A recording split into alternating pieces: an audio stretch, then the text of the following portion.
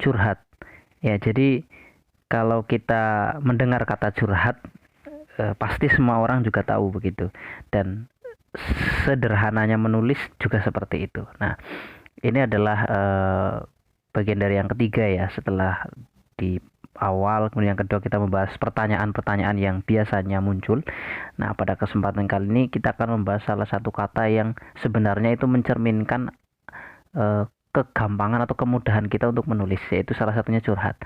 Jadi saya menyebutkannya itu kalau dalam buku Jalan Berliku di Balik Sebuah Buku itu sebagai kegelisahan, menyampaikan kegelisahan, kira-kira begitu.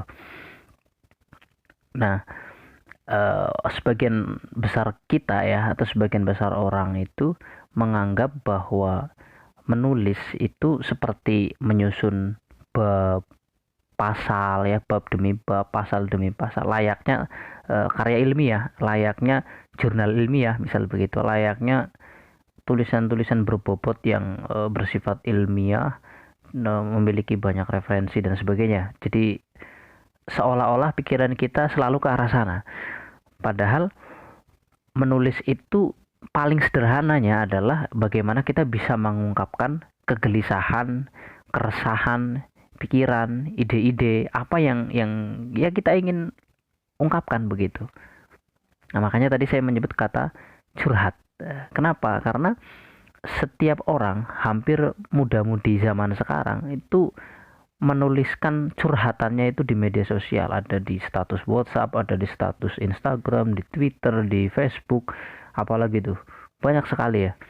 Nah, kalau status-status pendek itu kemudian dikembangkan menjadi satu tulisan yang lebih panjang misalnya, atau lebih ada datanya misal begitu, kemudian lebih bisa direfleksikan ya ke kehidupan misal seperti itu, kan itu menjadi satu yang bermanfaat ya, kira-kira kan seperti itu. Artinya semua orang itu bisa menulis, maksudnya dari sini, dari kata curhat itu bisa kita pastikan bahwa semua orang bisa bisa menulis ya, hanya perlu dilatih saja ya, kan seperti itu.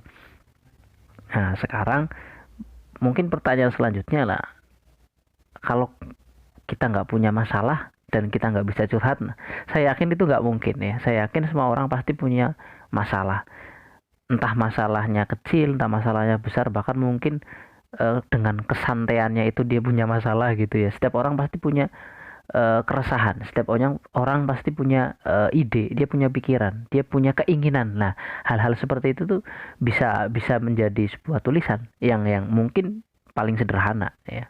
Bisa lahir sebuah esai dari situ, bisa lahir cerita pendek mungkin ya, cerita-cerita yang pendek, cerita bersambung barangkali juga bisa.